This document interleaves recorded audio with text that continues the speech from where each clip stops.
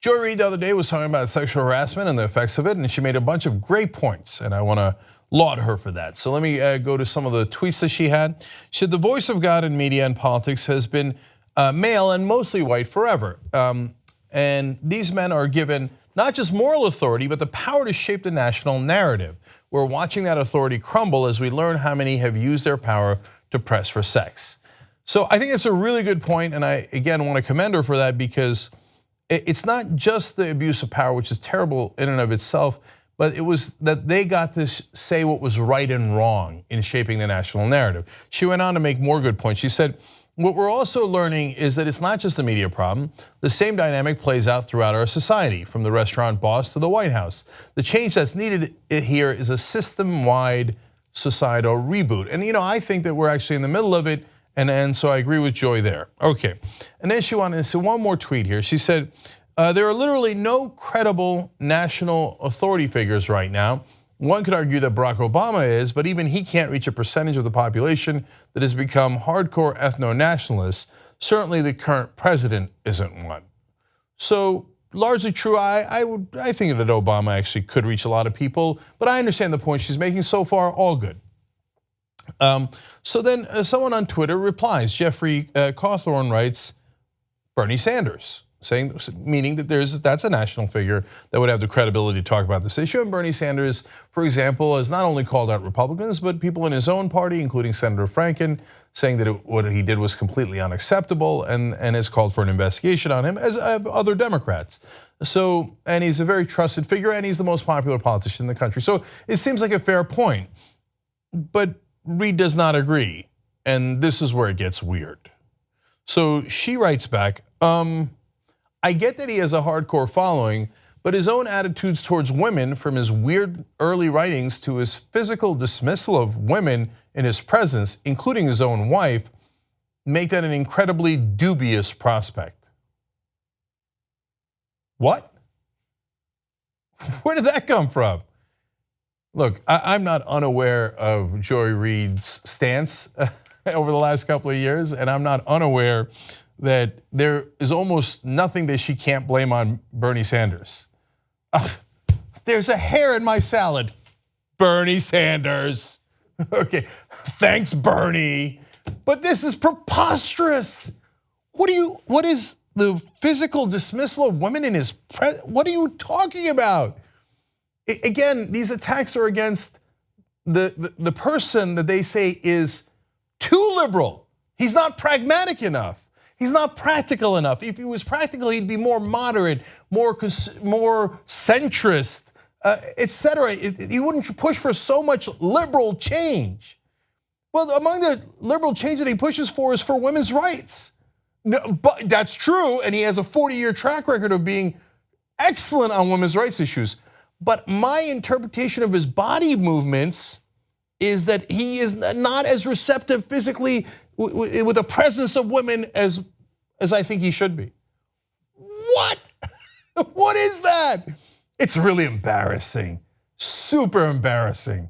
That sounds like Keith Ablow from Fox News when they claim he's on the medical A team at Fox News. I don't know what the medical B team is, and I don't want to know. But apparently at MSNBC's medical A team, they also have what is this, body language experts? They do that nonsense. Oh, I see from his body language that he's actually, even though he has a great record, he appears to be a really bad guy. In other words, I made it up. I don't like the guy, right? So, and then she mentioned his wife. What do you know about his wife? What do you know about a relationship? What are you doing? So somebody that does know about that is Jane Sanders, Bernie Sanders' wife. So she tweets back, I didn't answer your biased reporting about Bernie during the last 2 years, but don't ever use me to demean my husband. I am very happy and very proud to be Bernie's wife. Your perception couldn't be more wrong. Have you ever talked with him? You've never spoken with me. Damn. Okay. Look, I don't know why Joy Reid has decided that she is the protector of the establishment and that progressives need not apply. I don't know why she took that turn. Back when I knew her, I didn't think that that's where she was coming from at all. But she's decided that the progressives should be taking the tranquilizing drug of gradualism, and that they should know their role, and their role is to serve people like Hillary Clinton. And she's been greatly bothered that Bernie Sanders had the temerity to challenge the anointed one. Well, Joy, that's why we had a vote, and the vote was not at MSNBC, it was not a Democratic Party, as it turned out, though, unfortunately, it kind of was, as we found out from Donna Brazil, that yes, the DNC did affect the primaries in many different ways and was secretly run by the Clinton campaign. But it was supposed to be for the voters. And eventually we did have that vote, unfair as it was, and Hillary Clinton won. That's fine. I don't, and a lot of people will say that it was unfair, and I think they make a great point on that. But it happened. I don't know why you hated that vote in the first place. Why wasn't Bernie Sanders allowed to run? Why did you and your friends in the elite and the establishment have to pick the candidate? Why was it outrageous for an actual progressive to run and try to represent progressives? We're supposed to be a democracy. Primaries are part of that democracy. But understand that it's not that they're against primaries.